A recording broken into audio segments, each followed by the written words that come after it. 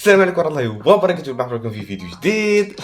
كما كانت المقدمة ديال الفيديو في 2016. السلام عليكم، اخيرا قررت نبدا يوتيوب بعد ما الناس بزاف سقطت عليا، بزاف بعثوا لي ميساج بالك يوصلني ل 20 40 ميساج في اليوم ببدا يوتيوب، حط لنا فيديو يوتيوب، وانا ما كانش عندي الوقت بزاف. كنت على بالي واحد ما سمع بيا نقصروا برك. شوف، هي حابين صح اول فيديو ما كنتش نهضر ولا واش ندير، سما تحملوا شويه الفيديو اللي كان صامت ولا فيه شويه اخطاء الله غالب. ودخلت شفت في اليوتيوب الناس واش يديروا في اول فيديو، كيتهم يعرفوا بلاشين واش راح يديروا فيها والمحتوى راح يقدموه، وانا درك راني نصور ما باليش راح نقدم محتوى اكزاكت.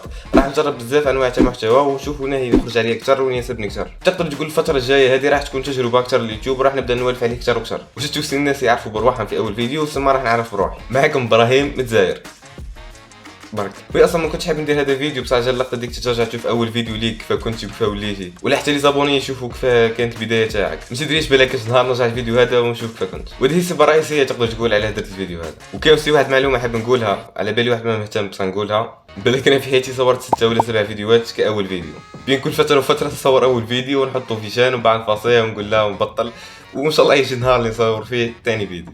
والفتره الجايه ان شاء الله نحاول نستمر قد ما نقدر وما نيأسش، لان على بالي البدايات صعيبه في اليوتيوب واللي راح يكونوا طايحين بزاف والناس قادر ما تدعمكش بزاف، ولا بصح ما عنديش مشكل، راح ندير تجربه وان شاء الله تصلح، وراح ندير الماكسيموم باه نقدم محتوى يليق بيك ويمتعك، وحاس عندي الخبره والموهبه الكافيه باه نقدر نبدا كارير مليحه في اليوتيوب. وراح نحاول نحطم بزاف ارقام في اليوتيوب. اليوتيوب الجزائري لازم له بزاف صناع محتوى، لان معظم صناع المحتوى ولا توجههم اكثر للتيك توك والانستغرام، ناقصين في اليوتيوب. وانا جيت والهدف واحد، نستحوذ على اليوتيوب. على بالي زدت عليها وتحمست، بصراحه نحاول ندير الماكسيموم تاعي، وانا راني داخل يوتيوب عندي اهداف ضخمه باذن الله تتحقق. ما تدريش ما كاش نهار بحال الكلان كيما رانا نشوف في الشرق الاوسط اليوتيوب الاجنبي اللي كلان هما المستحوذين اكثر في اليوتيوب، والفيديوهات يجيو امتع اكثر كيكون كداهن يوتيوبر مشارك في الفيديو. حاب ندخل الفكره هذه في الدوير ونشئ جيل جديد في يوتيوب.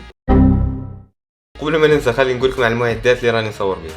راني نصور بالتليفون وريكورد الصوت بالتليفون، وعندي اضاءه هنا تيليستات تخزر معها تعميق، وعندي اضاءه بسيط صغيره هنا. دقيقه نعطيكم الفرق، نطفي الضوء كيف تولي، شي كيف قبل شي كيف شي الجوده كيف ولات. على ديك اهم حاجه في التصوير هي الاضاءه، واهم حاجه في الفيديو الصوت. على ديك راح نشري مايك في الفتره الجايه. اسمحوا لي على الجوده اللي كان ضعيفه شويه ولا الصوت كان ناقص شويه، لا غالب اللي هو واش عندي، لانه كان عليا لازم نبدا وما حبيتش نبقى نستنى في الظروف المثاليه باه نبدا. وهذه يديروها قانون في اي حاجه، اذا بقيتي تستنى كل شيء تهيأ لك باه تبدا عمرك ما راح تبدا. ممكن انا اجلت الفيديو هذا بزاف، ولكن درك خلاص انتهت، بدينا رسميا، وراح نحاول قد ما نقدر نستمر وما نحبسش، لانه على بالي ده هو السر النجاح في اليوتيوب، الاستمرار. وكان واحد مثل يقول لك المنسحب لا يفوز ابدا والفائز لا ينسحب ابدا. وراح نحاول نطور المحتوى وجوده خطوه بخطوه، هذه فقط البدايات. واذا شفت اي اخطاء في الفيديو هذا ولا في الفتره الجايه نتمنى تكتب لي في الكومنتير باسلوب محترم، يعني ما تهجمش عليا. دعوا لنا ربي يوفقنا في هذا المجال، راح نحاول نستمر قد ما نقدر. وشكرا لكم على مشاهده الفيديو، سلام.